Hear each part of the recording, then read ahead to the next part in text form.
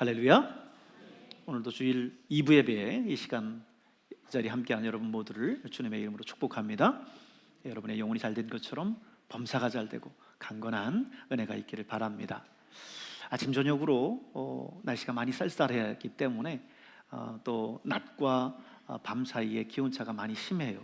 여러분 독감 주사 맞으셨는지 모르겠는데 건강 여러분 유의하시고 건강관리 잘 하실 수 있길 바랍니다. 오늘은 성령의 열매 8번째 시간으로서 온유에 대한 말씀을 함께 나누려고 합니다. 온유하다. 온유라고만 말을 들으면 여러분 어떤 느낌이 드시나요? 온유라고 하면 부드럽고 따뜻하고 온화하고 뭐 이런 느낌이 드시지 않습니까? 맞아요. 네이버 국어사전에도 보면 온유는 성격이나 태도 따위가 온화하고 부드럽다 이렇게 정의하고 있습니다. 그래서 우리가 온유에 대해서 그렇게 생각하는 것이 당연합니다. 그런데 여러분 정말 그럴까요? 성경에서 온유한 사람 하나를 소개하고 있어요. 그것도 세상에서 가장 온유한 사람이다 라고 표현하고 있습니다. 그게 누굴까요? 민수기 12장에 이렇게 나옵니다. 같이 한번 읽을까요? 이 사람 모세는 온유함이 지면의 모든 사람보다 더하더라.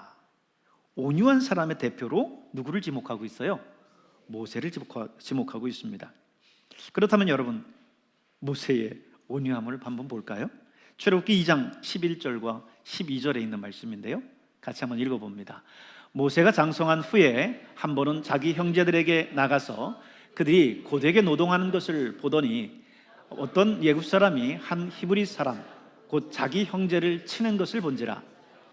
좌우를 살펴 사람이 없음을 보고 그 애굽 사람을 쳐 죽여 모래 속에 감추니라. 모세가 애굽에서 왕자로 살았는데 자기가 히브리 사람인 걸 알았어요. 그런데 동족이 애굽 사람으로부터 학대를 받는 모습을 보고는 참지 못하고 분해서 그 사람을 돌로 쳐 죽였습니다. 그 사람이 바로 온유한 사람 모세입니다. 그뿐이 아니죠. 모세가 이제 이스라엘 백성들을 이끌고 출애굽해서 광야를 지나면서 이제 하나님 앞에 시내산에서 율법의 두 돌판을 받습니다. 그런데 모세가 이 두 돌판을 받는 동안, 시내산 위에서 두 돌판을 받는 동안 이스라엘 백성들은 시내산 아래에서 기다리지 못하고 오히려 금 송아지를 만들어 놓고 그것에 경배하고 그것에 춤을 추고 있습니다. 모세가 내려오다가 그 모습을 보고는 기가 막혀서 분노가 치밀어 올라서 하나님께서 주신 그 두 돌판을 냅다 집어 던집니다. 그리고 깨트리죠. 그게 바로 온유한 사람 모세였습니다. 또 무리바에서는요, 백성이 물이 없어 원망하니까 하나님이 바위를 명해서 물이 나오게 하라는 거예요. 모세가 백성이 그렇게 막 원망하는 그 모습이 모세가 참을 수 없던지 지팡이를 들어서 그 반석을 냅다 또 내리칩니다. 2번이나 내리쳤어요. 하나님이 그것을 보고요, 네가 이스라엘 자손 앞에서 내 거룩함을 나타내지 아니하였기 때문에 이 백성을 가나안 땅에 인도하지 못할 것이다 이렇게 말씀합니다. 이스라엘 백성을 애굽에서 인도해서 40년 동안을 광야 생활을 하고 이제 가나안을 앞두고 있는데 그저 비스가산 꼭대기 위에서 가나안을 멀리 바라볼 뿐 가나안에 들어가지를 못하는 운명에 처해요. 그 사람 모세, 아주 어떻게 생각하면 불운한 모세죠. 그런데 하나님은 그런 모세를 일컬어서 뭐라고요? 온유한 사람이라는 거예요. 지면의 모든 사람보다 온유한 사람이라고 그렇게 이야기를 하고 있습니다. 조금 전에 우리가 살펴본 대로, 우리가 흔히 생각하는 대로 온유의 정의가 성격이나 태도가 온화하고 부드럽다 한다면 모세는요, 온유와는 분명히 거리가 먼 사람입니다. 그런데 성경은 분명히 얘기하고 있어요. 이 사람 모세는 온유함이 지면의 모든 사람보다 더하니라. 민수기 12장 3절에 분명하게 기록되어 있거든요. 성경의 기록이 잘못된 걸까요? 성경에서 이 부분만 잘못 기록한 걸까요? 아니요. 우리가 온유라고 하는 성경적인 의미를 우리가 제대로 이해할 필요가 있는 거예요. 오늘 민수기 12장 3절에 나오는 이 온유함이라고 하는 말은요, 히브리어로 아나브라는 말인데요, 이것은 헬라어로 번역하면 프라우스라는 말입니다. 구약의 히브리어 성경을 헬라어로 최초로 번역한 성경 번역본이 우리가 그거를 뭐라고 하냐면 소위 70인역이라고 하거든요. 그 70인역에서도 이 아나브, 온유함을 프라우스 번역을 했어요. 그렇다면 이 아나브, 프라우스, 이건 무슨 뜻일까? 온유에 대한 참된 의미를 찾기 위해서 저는 먼저 예수님을 주목하길 원합니다. 오늘 본문에 보면 예수님께서 뭐라고 말씀하고 계세요? 우리가 너무나 잘 아는 말씀이죠. 수고하고 무거운 짐진 자들아 다 내게로 오라. 내가 너희를 쉬게 하리라. 나는 마음이 온유하고 겸손하니 나의 멍에를 메고 내게 배우라 했어요. 나는 마음이 온유하고 겸손하니, 이렇게 말씀하고 있죠. 예수님이 온유하시다는 거예요. 그렇죠. 예수님은 온화하고 부드러운 분이시죠. 그런데 예수님 역시 정말 그럴까 싶은 장면들이 많아요. 베드로를 향해서 예수님께서 뭐라고 말씀하시냐면, 베드로가 예수님이 이제 십자가의 길을 걸어가야 된다라고 말씀하니까 그 앞을 가로막으면서 예수님 절대 그럴 수 없습니다, 예수님이 십자가에 죽으시다니요 하면서 그 앞을 가로막을 때 예수님께서 뭐라고 말씀하세요? 사탄아 내 뒤로 물러가라. 너는 나를 넘어지게 하는 자로다 하면서 자기의 사랑하는 수제자를 향해서 사탄이라고 호칭을 하고 있어요. 호되게 지금 베드로를 꾸짖고 있는 겁니다. 온화하신 예수님이라면 베드로야, 사실 메시아의 길이라는 것이 그런 것이 아니야. 너희가 생각하는 정치적인 메시아가 아니라 메시아의 길은 고난받는 종의 길이야. 십자가의 길이야. 차근차근 말씀해 주실 수 있을 텐데 그게 온화한 모습 아니겠습니까? 근데 오늘 예수님은 뭐라고 하냐면 사탄아! 라고 하면서 베드로를 호되게 꾸짖습니다. 온화한 예수님, 나는 온유하고 겸손하니 말씀하신 예수님이 그렇게 하셨어요. 또 두 번째, 예수님은요 바리새인들을 일컬어서 뭐라고 말씀하시냐면 그들의 잘못된 모습들을 꾸짖으면서 욕할 때에, 꾸짖으실 때 심지어 이런 말씀까지 하십니다. 이 독사의 자식들아, 이 독사의 자식들아. 아주 험한 말입니다. 세례 요한도 그런 표현을 썼었는데요, 아주 험한 말이죠. 누구누구의 자식, 우리나라도 마찬가지지만 멍멍이야 자식들아 이러면 이게 굉장히 표현이 그렇지 않습니까? 이게 독사의 자식들아 라고 말하는 표현은 아주 과한 표현이에요. 그런데 오늘 예수님께서 그들을 향해서, 바리새인들을 향해서 그렇게 말씀하고 계세요. 뿐만 아니죠. 예수님께서 이제 예루살렘 성전에 들어가셨습니다. 그런데 성전은 만민이 기도하는 기도의 집이 되어야 되는데 그게 마땅한데, 아니 성전에 들어가 봤더니 성전이 난리예요. 시장 바닥입니다. 거기에 소를 파는 사람, 양을 파는 사람, 비둘기를 파는 사람, 거기서 또 돈 바꾸는 사람, 여기가 도대체 시장인지 성전인지 알 수가 없어요. 예수님께서 예루살렘 성전에 들어가셔서 그 모습을 보시고요, 그 모든 상과 의자들 다 뒤집어 엎습니다. 그리고 노끈을 만들어서 양이며 소며 채찍으로 다 그 동물들을 쫓아냅니다. 난리가 났죠. 그리고 화를 내시는 거예요. 온유한 예수님, 나는 마음이 온유하고 겸손하니 말씀하신 그 예수님이 그렇게 하셨어요.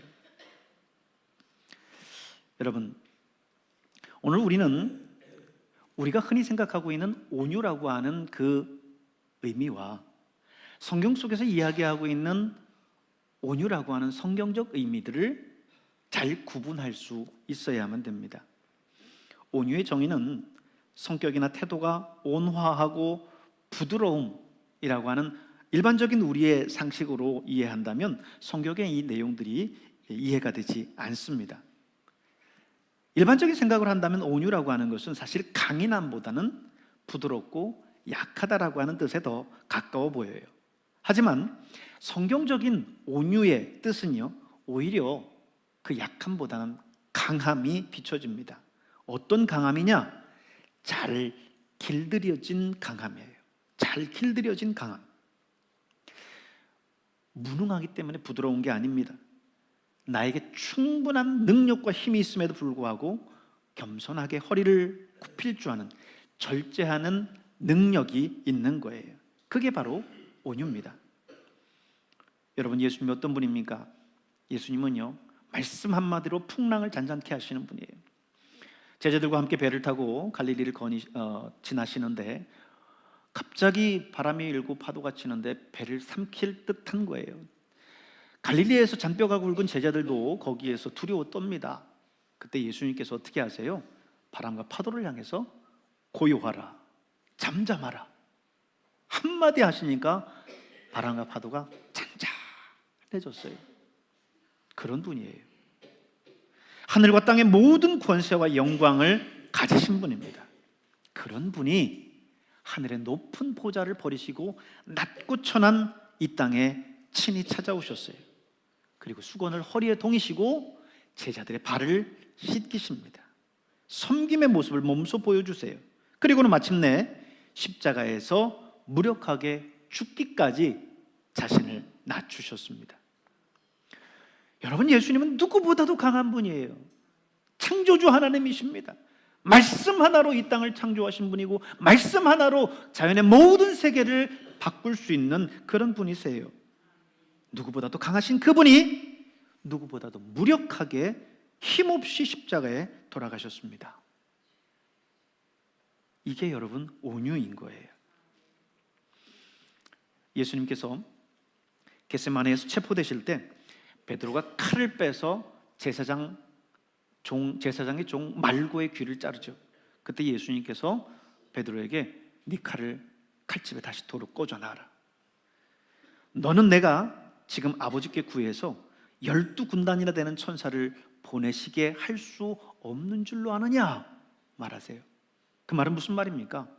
지금 예수님을 잡으려고 검과 몽치를 들고 온 많은 사람들이 있다 할지라도 하늘의 천사를 명하면 그들을 싸그리 멸절시킬 수 있는 능력이 있는 분이에요. 그런데 그 능력에도 불구하고 예수님은 아버지 하나님의 뜻을 이루기 위해서 체포되십니다. 묵묵히 십자가를 향해서 가십니다. 이게 온유예요. 온유라고 하는 이 헬라어 단어, 아까 말씀을 드렸죠? 프라우스라고 하는 이 헬라어 단어는요, 아테네와 스파르타가 패권을 다퉜었던 펠로폰네소스 전쟁 일화에서 등장을 해요. 한 병사가요, 자기 애인에게 전쟁이 끝나면 백마 하나를 선물해 주겠다라고 편지합니다. 그리고 거기에 이 백마를 소개하는 내용에 보면 뭐라고 소개되어 있냐면, 지금까지 본 말 중에 가장 기품 있고 뛰어난 말이다, 이렇게 소개합니다. 그리고 이 말은 그 기량을 충분히 발휘할 수 있도록 주인이 마음껏 길들일 수 있는 말이다라고 소개를 해요. 그러면서 이 말을 가리켜서 온유한 말, 프라우스라고 하는 단어가 거기에 등장합니다. 이게 온유예요. 충분히 야상마 같은 그런 힘과 기질이 있어요. 성깔이 있습니다.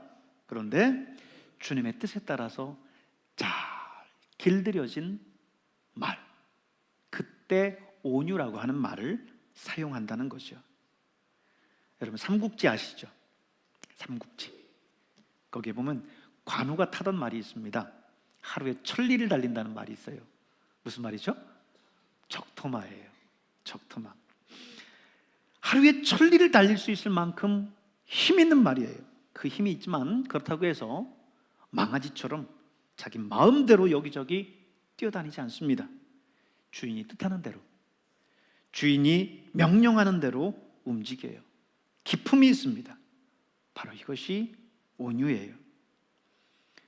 내게 힘이 있다고, 내게 권세가 있다고, 내게 지식이 있다고, 내게 능력이 있다고 그것을 함부로 사용하지 않고 우리 주님의 길들임 속에서 우리 주님이 말씀하시고 우리 명령하시는 대로 거기에 따라서 그 힘을 쓸 줄 아는, 그것이 바로 온유라고 하는 겁니다. 우리 성도들과 함께 이 온유에 대한 열매를 함께 나누기 위해서 온유는 뭘까라고 하는 부분들을 참 많이 고민하면서 여기저기 찾아보다가 인터넷에서 영문이 적힌 이미지 하나가 있어서 한번 가져와 봤어요. Meekness is not weakness. 온유는 약함이 아니다라는 거예요. 우리는 온유는 부드럽고 온화하니까 약한 것으로 여기지만 온유는 약함이 아니다라는 거예요. Just strength under control. 절제된 힘이라는 겁니다. 절제된 힘. 주님의 다스림과 주님의 통치 아래 잘 길들여져 있는 그 힘이 바로 온유라는 거예요. 세계의 패권을 장악했었던 로마의 황제 막시무스가 부드러움은 모든 것을 이긴다라는 말을 했어요.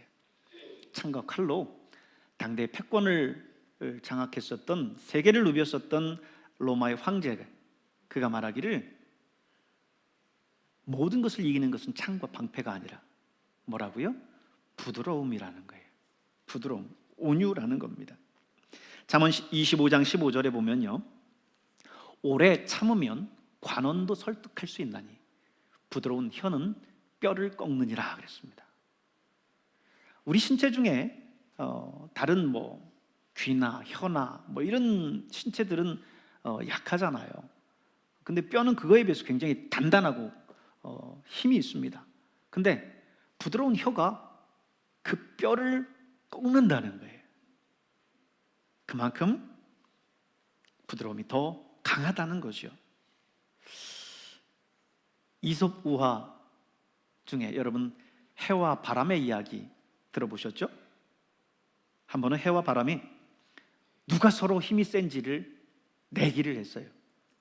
그러다가 지나가는 나그네가 있으니까 야, 저 나그네의 외투를 벗길 수 있는 사람이 더 강한 사람이다, 이렇게 이야기를 했어요.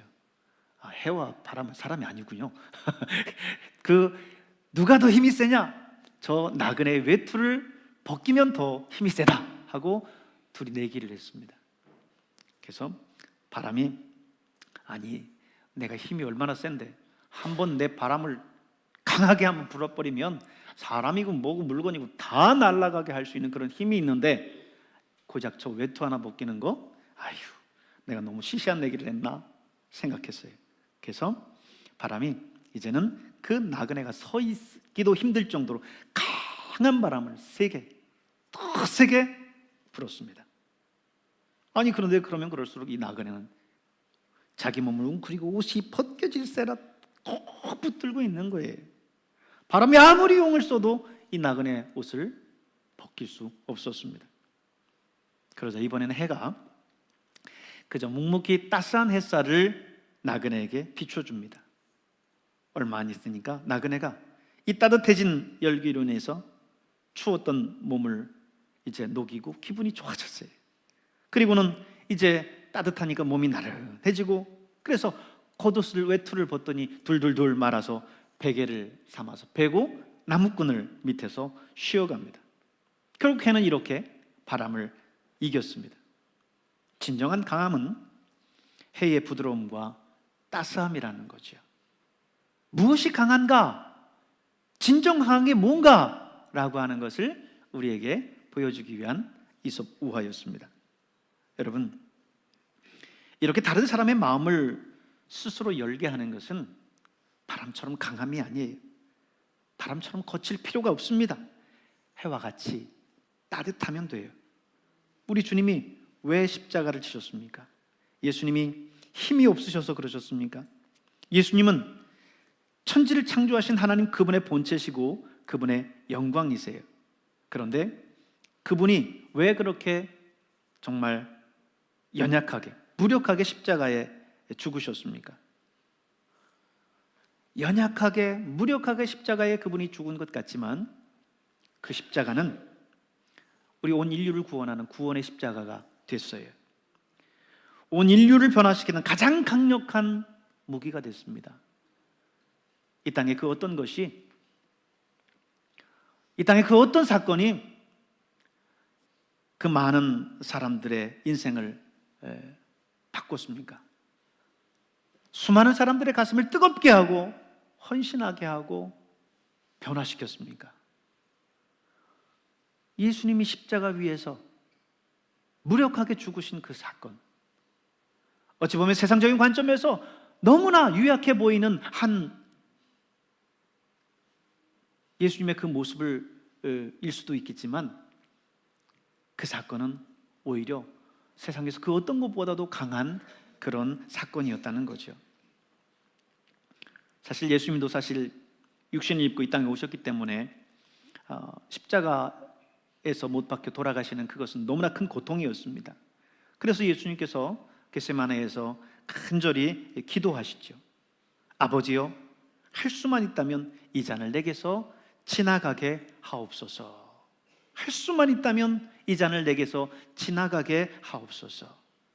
예수님도 그 고통을 알기 때문에 두렵고 떨리셨던 거죠. 그런데 우리 주님은 그 십자가를 지셨어요. 왜요?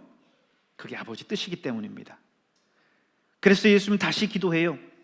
그러나 나의 원대로 마옵시고 아버지의 원대로 하옵소서. 자신의 뜻이 아닌 아버지의 뜻에 따라요. 그게 바로 온유한 예수님의 모습이에요. 예수님은 하나님의 본체셨고 하나님의 영광이었고 하나님이셨지만 자신의 뜻을 내려놓고 아버지의 뜻에 따르는 그 모습을 우리에게 보여주신 것입니다. 그게 바로 온유인 거죠. 오늘 주님께서 당신이 온유하심을 말씀하시면서 뭐라고 말씀하시냐면 우리로 하여금 그 온유를 배우라고 말씀합니다. 나는 마음이 온유하고 겸손하니 나의 멍에를 베고 내게 배우라 그럽니다. 온유함을 배우라는 거예요. 예수님이 온유하셨던 것처럼 우리 역시 온유하라는 거죠. 내 자신의 뜻을 내려놓고 아버지 하나님의 뜻을 따르라는 것입니다. 이것은 철저히 훈련할 때 가능한 거예요. 훈련하지 않으면 이 온유의 모습을 가질 수 없습니다. 불쑥불쑥 우리 안에 우리 개인의 육신의 욕망들이, 혈기들이 앞서기 때문에 그런 거죠. 여러분의 삶에 늘 온유의 이 열매들이 맺혀질 수 있길 바랍니다. 미국의 밀워키에서 있었던 이야기인데 한 소년이 암에 걸려서 치료를 받느라고 머리가 다 빠졌습니다. 이 항암하다 보면 온몸에 털은 다 빠지잖아요. 그래서 이 소년도 머리카락이라고는 하나도 없이 다 빠졌던 거죠. 퇴원을 했지만 교회 가기가 싫었습니다. 다른 사람들이 보는 그 눈이 부담스러웠던 거지요. 그리고 자기의 모습이 창피하다고 생각을 한 겁니다. 하지만 부모님이 설득해서 결국 교회 청소년 예배를 참석했어요. 그런데 교회 입구에 가보니까 그 소년을 환영하는 현수막이 크게 붙어 있습니다. 그리고 남자들이 와서 그 소년들을 다 같이 환영하는데 보니까 그 소년처럼 다 머리를 삭발을 했어요. 그 소년이 교회에 나오는 것이 부담스럽지 않게 하기 위해서, 그 고된 항암을 견디고 머리카락이 다 빠져있는 그 소년을 위로하기 위해서 머리를 깎고 그 소년을 맞아준 거예요. 여러분, 이런 것이 바로 온유를 우리의 삶 가운데 실천하는 거고 훈련하는 거죠. 더 멋지게, 더 아름다운 모습으로 우리의 머리를 가꿀 수 있습니다. 염색할 수도 있고 파마할 수도 있고 멋진 모습으로 나갈 수 있습니다. 그러나 그 모든 것들을 다 포기하는 거예요. 바로 이게 온유의 모습입니다. 그렇다면 이런 온유를 훈련하고 배울 수 있기 위해서는 어떻게 해야 될까요? 오늘 예수님의 멍에를 매라고 말씀합니다. 주님의 멍에를 메고 배우라는 거예요.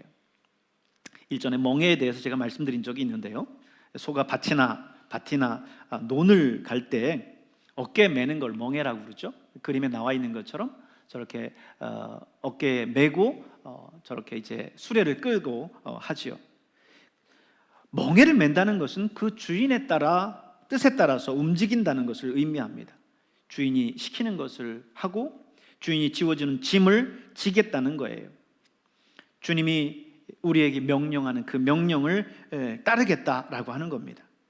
온유를 훈련한다라고 하는 것은 주님의 이 명령에 따라서 살아가겠다라고 하는 거죠. 내 뜻과 내 생각, 내 판단을 내려놓고 주님이 시키는 그것을 따라 행하겠다라고 하는 것이 바로 이런 온유의 모습이고 주님의 멍에를 매는 모습입니다. 그런데 주님은 굳이 뭐라고 말씀하시냐면 그 멍에를 맬 때에 그 멍에를 메고 배우라고 말씀하세요. 오늘 여러분 멍에는, 주님의 멍에는 쉽고 가볍다고 그랬죠. 30절에 보면 그렇게 말씀하세요. 주님의 멍에는 쉽고 가볍다. 이는 내 멍에는 쉽고 내 짐은 가벼움이라, 이렇게 말씀하셨습니다. 왜 주님의 멍에가 쉽고 가벼울까요? 소가 멍에를 매는데 어찌 그게 가벼울 수 있겠습니까? 그런데 그 멍에는 나 홀로 지는 것이 아니라 주님이 그 멍에를 같이 져주시기 때문에 그렇습니다. 송아지가 멍에를 메고 수레를 끌 때 어미소가 함께 멍에를 메고 훈련을 합니다. 그래서 멍에를 치는 법을, 수레를 끄는 법을 하나씩 하나씩 배워가는 거죠. 여러분, 오늘 우리가 온유의 훈련을 하기 위해서 우리의 욕망과 내 혈기들을 다 내려놔야 되는데 그게 잘 안 되잖아요. 그때마다 불쑥불쑥 튀어나오는 그런 내 육신의 그런 소욕들을 어떻게 잠재웁니까? 쉽지 않아요. 그런데 우리 주님이 함께 해주시고 우리 주님이 그 멍에를 같이 져주시면 오늘 우리가 능히 그 일들을 감당해 나갈 줄로 믿습니다. 주님께서 오늘 우리에게 말씀하세요. 이 깊어가는 이 가을, 이 추수의 계절, 여러분의 성령의 열매도 풍성하게 맺고 특별히 이 온유의 열매를 풍성하게 맺기를 우리 주님이 원하심을 기억하시길 바랍니다. 기도하겠습니다.